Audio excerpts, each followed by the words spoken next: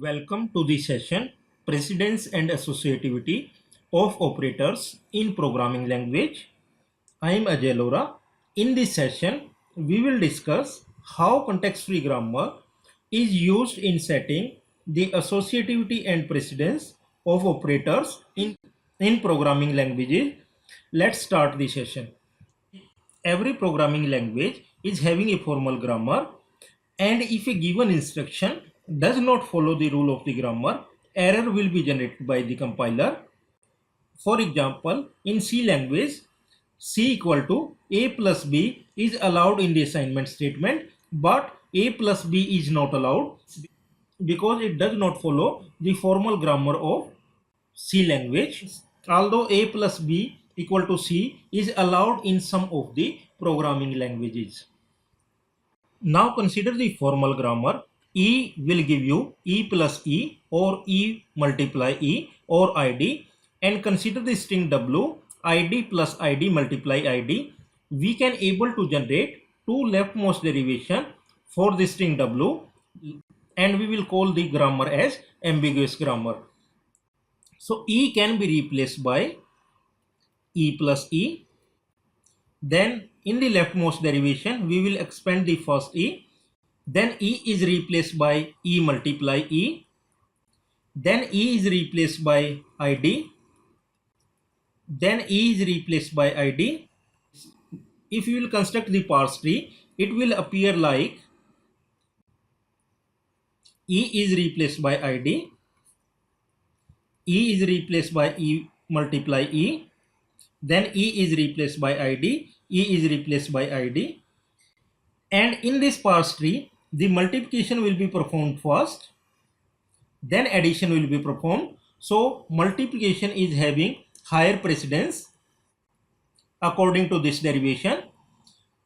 But if you will consider the other leftmost derivation, E can give you E multiply E. Then the leftmost non-terminal E will be replaced by E plus E. Then E is replaced by ID. Then E is again replaced by ID. Then E is again replaced by ID, and we will able to generate this string W. And if you will construct the parse tree for this derivation, E will give you E multiply E. E is replaced by E plus E. E is replaced by ID. E is replaced by ID. E is replaced by ID. In this particular case, plus is having higher precedence than the multiply, whereas in the other derivation, multiplication is having higher precedence than the plus. So we will call the grammar as ambiguous grammar because we can able to generate two leftmost derivation for a string W.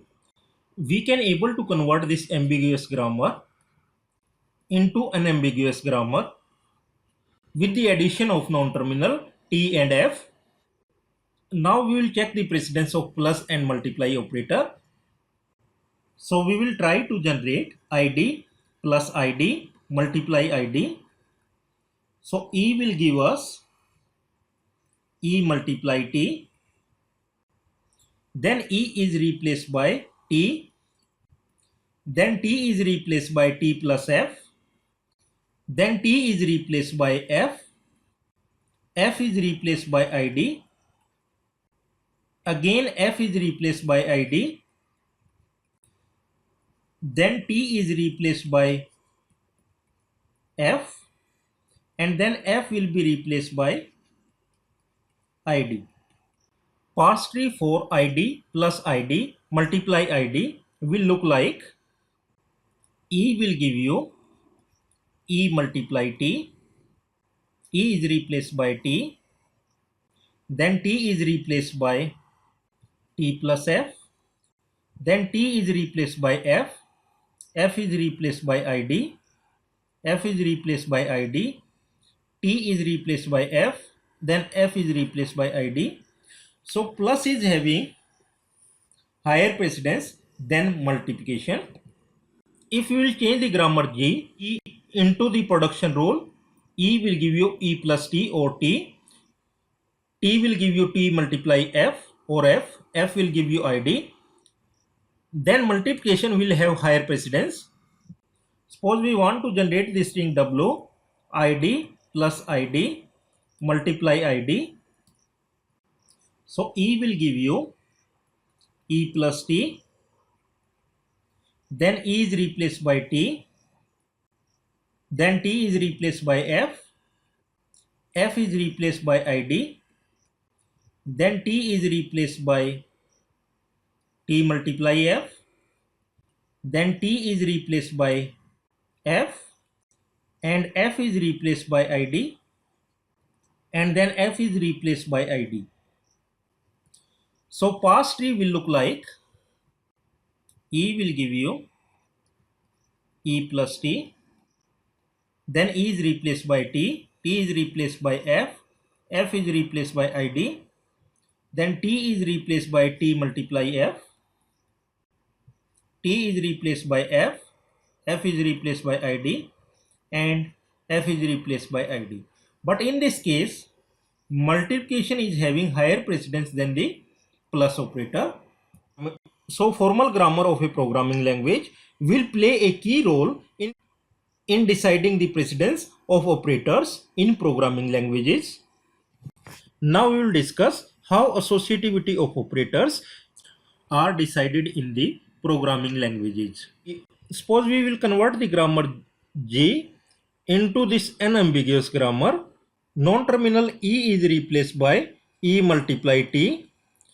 So the left hand side non-terminal E is appearing at the leftmost position in the right hand side. So this is known as left recursion.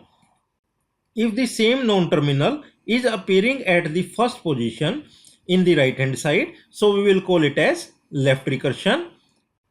If the non-terminal E appear at the extreme right position, then we will call it as right recursion. So left and right recursion will play a key role in deciding the associativity of operators in programming languages. So whenever we will expand E by E multiply T, then E can again be replaced by E multiply T. And if we will construct the parse tree for the same, it will appear like E multiply T. Then E is expanded with E multiply T. So this operator will be performed first, then this operator will be performed, and this process can be repeated. Again E can be replaced by E multiply T.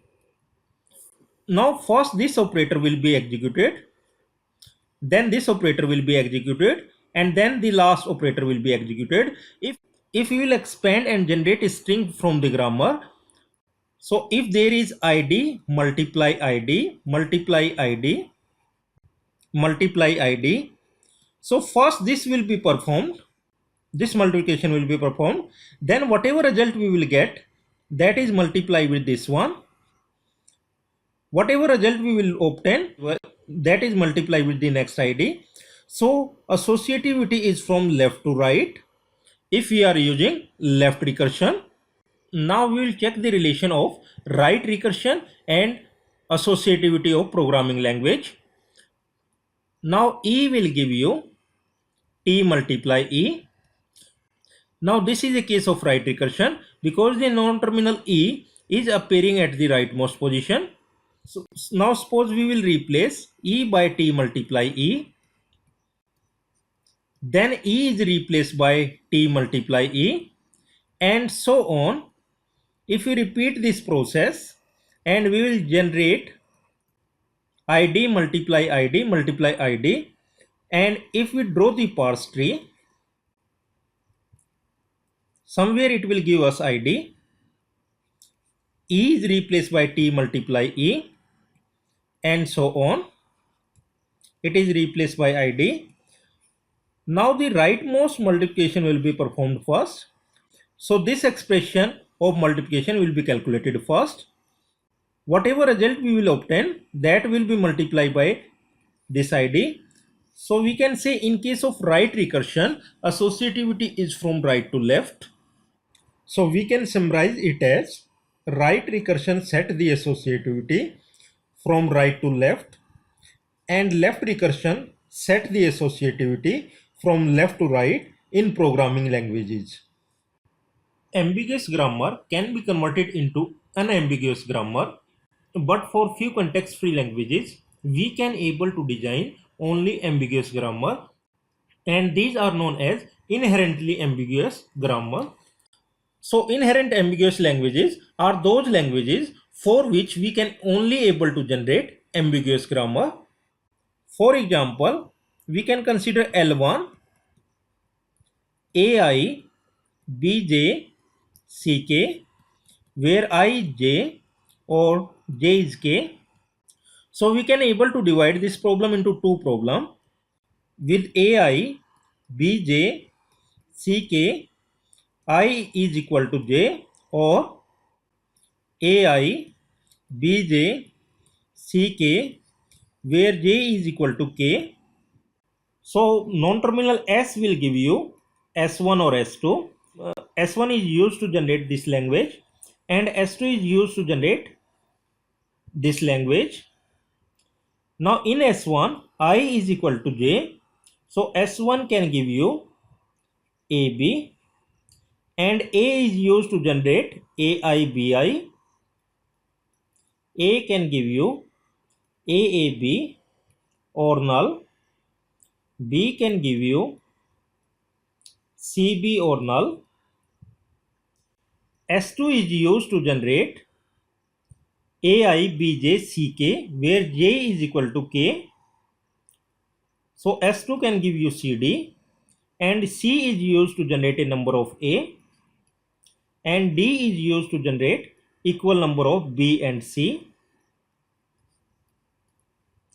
Now you can check that if W is 2A, 2B, 2C, there exists two leftmost derivation for W, and we can call this grammar as ambiguous grammar, and we cannot able to convert this ambiguous grammar into unambiguous grammar, so we will call it as inherent ambiguous grammar.